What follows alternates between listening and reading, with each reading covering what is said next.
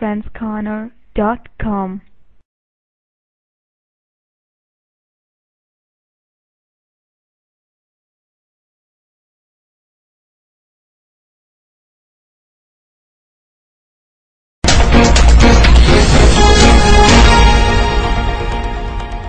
बिस्मिल्लाहिर्रहमानिर्रहीम। अस्सलाम वालेकुम नाज़रीन, मैं हूं जावेद चौधरी। ख्वाजा खलीफा हारून रशीद अब्बासी खानदान का 5वां खलीफा था। अब्बासियों ने तवील अरसे तक इस्लामी दुनिया पर हुकूमत की थी, लेकिन उनमें से शोहरत सिर्फ खलीफा हारून रशीद को नसीब हुई थी। हारून रशीद के दौर में एक बार बहुत बड़ा कहत पड़ गया। हारून रशीद ने इस कहत से बचने के लिए तमाम तदबीरें आजमा ली।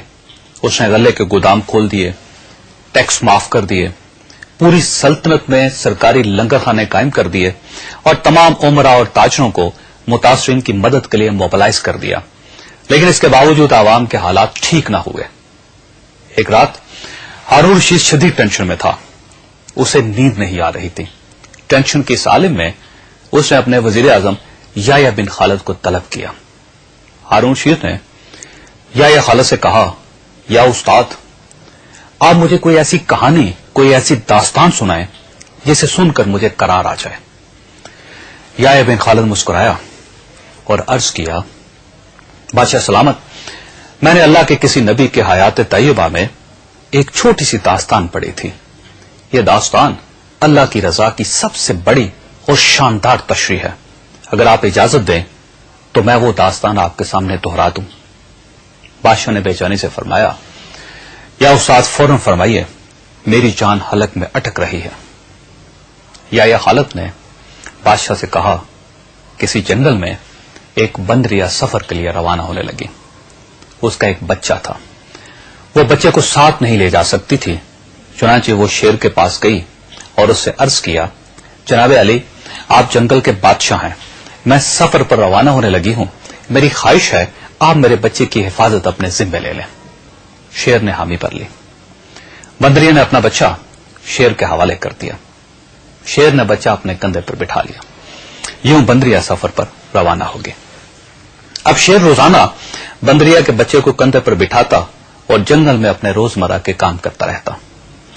एक दिन वो जंगल में घूम रहा था कि अचानक आसमान से एक चील ने डाई लगाई, बंदरिया का बच्चा उठाया और आसमान में गुम हो गई।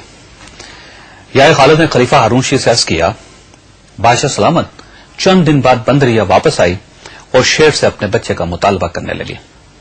शेर ने शर्मिंदगी से जवाब दिया, तुम्हारा बच्चा तो चील ले गई है। बंदरिया को गुस्सा आ गया और उसने चिल्लाकर कहा, तुम कैसे बादशाह हो? तुम एक अमानत की हिफाजत नहीं कर सके, तुम इस सारे जंगल का निजाम कैसे चलाओगे? शेर ने अफसोस से सर हिलाया और बोला, मैं जमीन का बादशाह हूं। अगर जमीन से कोई आफत तुम्हारे बच्चे की तरफ बढ़ती तो मैं उसे यकीनन रोक लेता, लेकिन यह आफत आसमान से उतरी थी और आसमान की आफतें सिर्फ और सिर्फ आसमान वाला रोक सकता है। नाज़रीन, यह कहानी सुनाने के बाद याह्या बिन खालिद ने हारून रशीद से अर्ज किया, बादशाह सलामत, कहत की यह आफत भी अगर जमीन से निकली होती तो शायद आप इसे रोक लेते, लेकिन यह आसमान का अजाब है, इसे सिर्फ अल्लाह ताला रोक सकता है। चुनांचे मेरी आपसे दरख्वास्त है कि आप इसे रोकने के लिए बादशाह की जगह फकीर बन जाएं, यह आफत खुद ब खुद रुक जाएगी। ख्वाजात, दुनिया में आफतें दो किस्म की होती हैं, आसमानी मुसीबतें और जमीनी आफतें। जमीनी आफत से बचने के लिए इंसानों का मुत्तहिद होना, वसाइल का भरपूर इस्तेमाल और हुक्मरानों का इखलास दरकार होता है, जबकि आसमानी आफत से बचने के लिए अल्लाह ताला का राजी होना जरूरी होता है। हम भी इस वक्त बेशुमार आफतों का शिकार हैं। ये आफतें जमीनी भी हैं और आसमानी भी।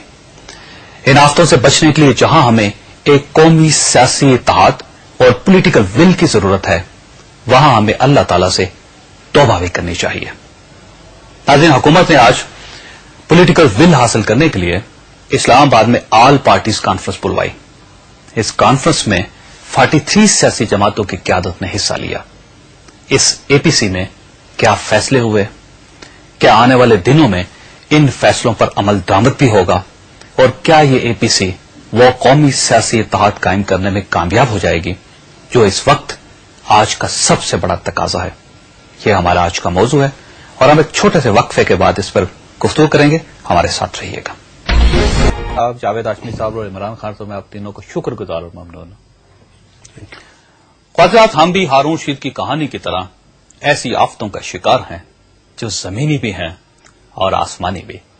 لہذا ہمارے حکمران طبقے کو ان مصیبتوں سے نپٹنے کے لیے جہاں دنیاوی اسباب کا سہارا لینا چاہیے، وہاں انہیں اللہ تعالی سے اجتماعی توبہ بھی کرنی چاہیے، کیونکہ ملک اور معاشروں کے 90% مسائل کی وجہ ان کے حکمران ہوتے ہیں، اور ان وجوہات کا صرف اور صرف ایک ہی حل ہوتا ہے، اور وہ حل ہے توبہ. توبہ کا ایک سجدہ، اللہ سے معافی کا ایک لمحہ اور ندامت کے چند آنسو، یہی مسائل کا اصل حل ہوتے ہیں. حضرات، دنیا کے تمام مسائل اور ان کے حل کے درمیان صرف اتنا فاصلہ ہوتا ہے جتنا ماتھے اور جائے نماز کے درمیان ہوتا ہے.